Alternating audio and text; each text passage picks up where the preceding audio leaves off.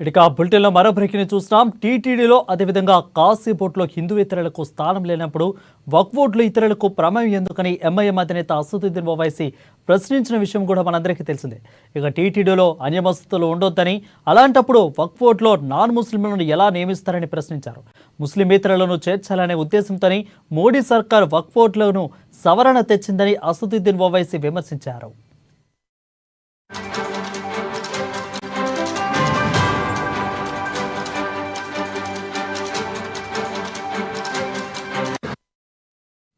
ఇక తాజాగా అసదుద్దీన్ వ్యాఖ్యలకు బీజేపీ ఎమ్మెల్యే రాజాసింగ్ కౌంటర్ ఇచ్చారు. వార్తల్లో కనిపించేందుకు అసదుద్దీన్ మాట్లాడతారు. ఇక టీటీడీలో హిందువులే పనిచేయాలన్నారు, కరెక్టే అని రాజాసింగ్ అన్నారు.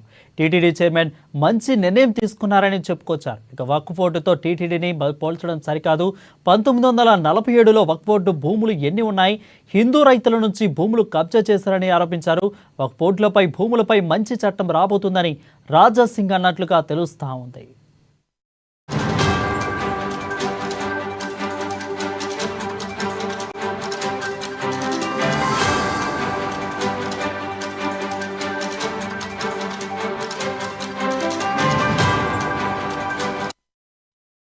ఇక టీటీడీలో కాశీబొట్టులో హిందూయేతరులకు స్థానం లేనప్పుడు వక్ఫ్ బోర్డులలో ఇతరులకు ప్రమేయం ఎందుకని ఎంఐఎం అధినేత అసదుద్దీన్ ఓవైసీ ప్రశ్నించిన విషయం తెలిసిందే.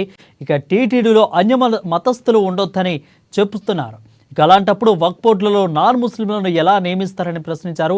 ముస్లిమేతరులను చేర్చాలనే ఉద్దేశంతోనే మోడీ సర్కార్ వక్ఫ్ బోర్డుల సవరణలు తెచ్చిందని అసదుద్దీన్ ఓవైసీ విమర్శించారు. ఇక ఇదే విధంగా తాజాగా అసదుద్దీన్ ఓవైసీ వ్యాఖ్యలకు బీజేపీ ఎమ్మెల్యే రాజాసింగ్ కౌంటర్ ఇచ్చారు. వార్తల్లో కనిపించేందుకు అసదుద్దీన్ మాట్లాడతారు తప్ప ఇంకేమీ ఉండదంటూ కూడా ఆయన చెప్పుకొచ్చారు. ఇక హిందువులలో టీటీడీలో హిందువులే పనిచేయాలనడం కరెక్టే అని రాజాసింగ్ అన్నారు. ఇక టీటీడీ చైర్మన్ మంచి నిర్ణయం తీసుకున్నారని చెప్పుకొచ్చారు. వక్ఫ్ బోర్డుతో టీటీడీని పోల్చడం సరికాదని అన్నారు. ఇక 1947లో వక్ఫ్ బోర్డులు ఎన్ని భూములు ఉన్నాయని అన్నారు. హిందూ రైతుల నుంచి భూములను కబ్జా చేశారని ఆరోపించారు. వక్ఫ్ భూములపై మంచి చట్టం రాబోతుందని రాజాసింగ్ అన్నారు.